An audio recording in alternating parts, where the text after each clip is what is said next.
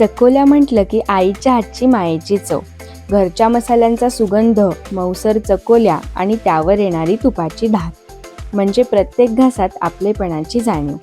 गरमागरम चकोल्या सोबत लोणचं, पापड हेच तर घरच्या जेवणाचं खरं सुख.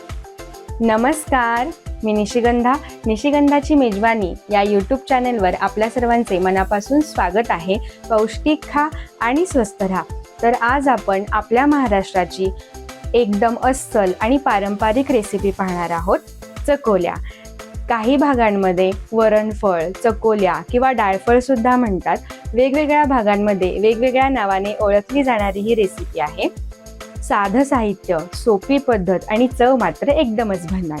चला तर मग रेसिपीला सुरुवात करूया.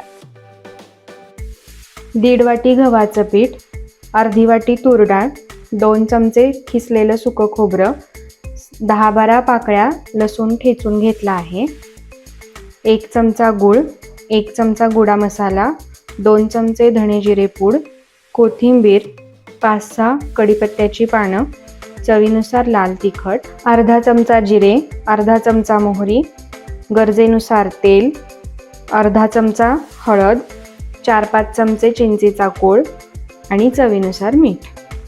सर्वप्रथम आपण तुरीची डाळ 2-3 वेळेला स्वच्छ धुवून घेऊया. आता यामध्ये आपण 2 वाटी पाणी घालतोय. डाळ चांगली शिजावी म्हणून चिमूटभर हळद आणि थोडं तेल टाकून घ्यायचं. कुकरला 4-5 शिट्ट्या काढून शिजवून घेऊया. डाळ शिजेपर्यंत आपण कणिक भिजवून घेऊया. तर त्यासाठी मी भांड्यामध्ये कणिक घेतली आहे. यामध्ये चवीनुसार मीठ आणि 1 चमचा तेल घालूया. थोडं थोडं पाणी घालून कणिक छानपैकी मळून घेऊया. इथे आपल्याला कणिक जास्त सैलसरही नाही भिजवायची किंवा खूप जास्त घट्टही नाही मळायची. कणिक छान अशी भिजून झालेली आहे. आता कणकेला आपण थोडासा तेलाचा हात घेऊया आणि झाकून 15 मिनिटासाठी बाजूला ठेवूया. इथे आपली डाळ सुद्धा छान अशी शिजलेली आहे. डाळ आपण एकसारखी करून घेऊया. डाळ छानपैकी हाटून झालेली आहे.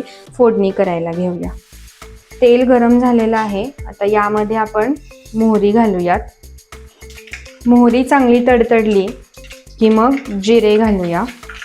यामध्ये ठेचलेला लसूण, हिंग, इथे लसणाला छान सोनेरी कलर आलेला आहे.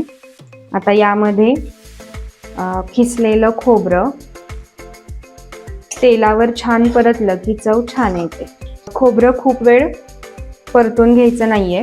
आता यामध्ये तिखट, गोडा मसाला आणि धणेपूड, हळद, कढीपत्ता छान असं परतून घेऊया. आता यामध्ये शिजवलेली डाळ घालूया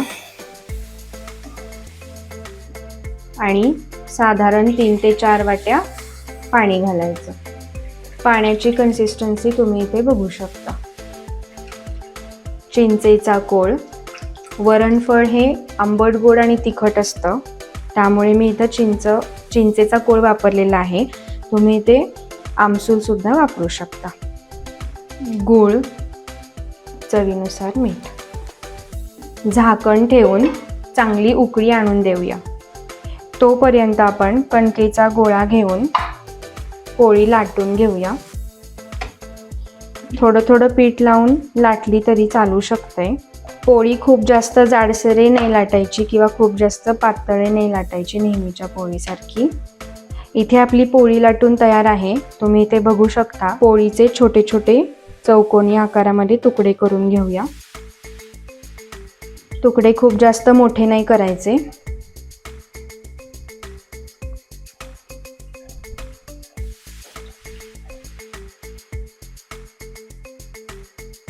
अशा पद्धतीने आपण सर्व तुकडे करून घेतले आहेत.